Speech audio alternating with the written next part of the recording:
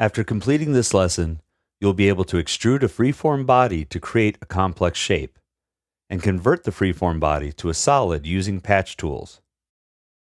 You can either continue using your model from the previous lesson, or you can use the Create New Design from File tool to open the F1 car upper body Fusion Archive file. Though I haven't been doing it, it's advisable to be saving your work as you go along. For this next step, I'll start out by creating a new sketch.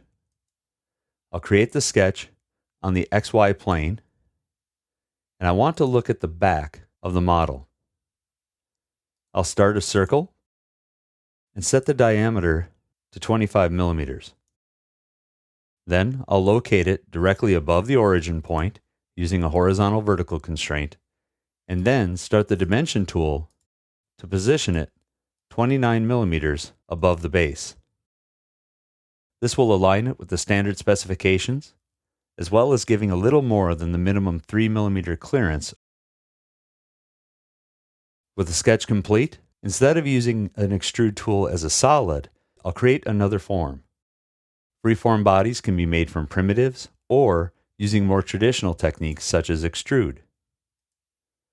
I'll extrude the shape out a distance, roughly to where the canvas is, and then make sure that I set the values for the number of faces along the length to 4 and the number of faces around the circumference at 8. I'll double check things with the side view, and I see I need just a little more length, although this is all approximate. And I'll right click to create the form. As I mentioned in a previous lesson, the Edit Form tool is a very powerful tool. With it, you can move, scale, and rotate the points, edges, and faces of a freeform body. I'll start the Edit Form tool and just click on vertices. With it, I can drag an arrow to move it along an axis, a plane to move it through a plane. You can't scale points, but you can scale lines, either in one direction, two directions, or maybe I select a face, and like an edge, I can scale in all directions at once. You can also select combinations of points, edges, and faces. For now, I'll cancel and just use my undo tool to go back to what I had.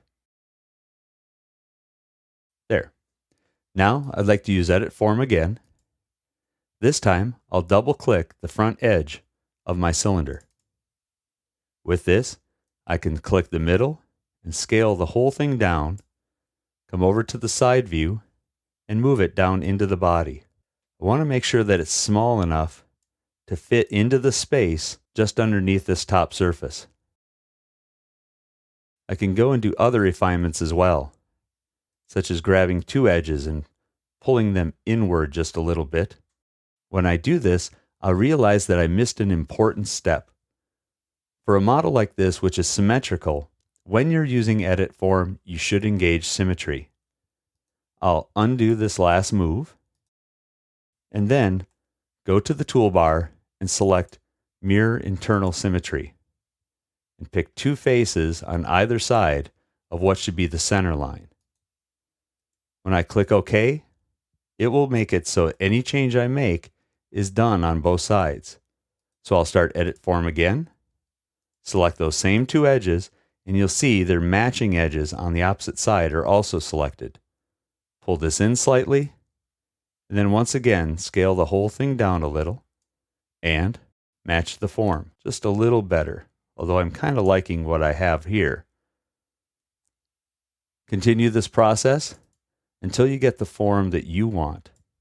It doesn't have to be exactly like the attached canvas. I'm just using that as a guide. When I have the form generally the way I want it, and I'm confident that this face is below the top surface of the solid model, I need to cap this open body in order to make it a solid. When working with freeform bodies, if you have an enclosed body and finish the form, it will automatically be converted into a solid model. An open body, like this cylinder that was extruded, will not be converted to a solid. We need a solid, so I'll switch the Sculpt workspace to the Patch workspace. In the Patch workspace, under the Create pull-down, I'll select Patch and select this front edge of the model. it will create a patch, and I'll select the back edge as well. Once those patches are applied, I can then go to the Stitch tool, select the main body, and each one of the patches. You'll see them highlight in green if they can be stitched. When I have the 3 selected, I'll click OK, and it will create a solid model. I can verify that this is a solid by using the Inspect tools and going to the Section Analysis tool. I can select any flat face, and it will cut the body in half. And as I drag through, I can see by the hatch that we do have a solid model all the way through. You can keep this section analysis in the browser, or for this example, I'll just simply cancel it. Now that we have this top defined, we can turn the canvas off.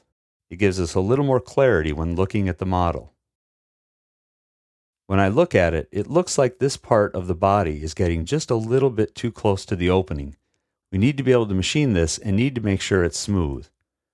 So going back to the timeline, double-click on the form, and return back to the Edit Form tool, select these faces, and move them in just a little bit to narrow the body. We say Finish Form.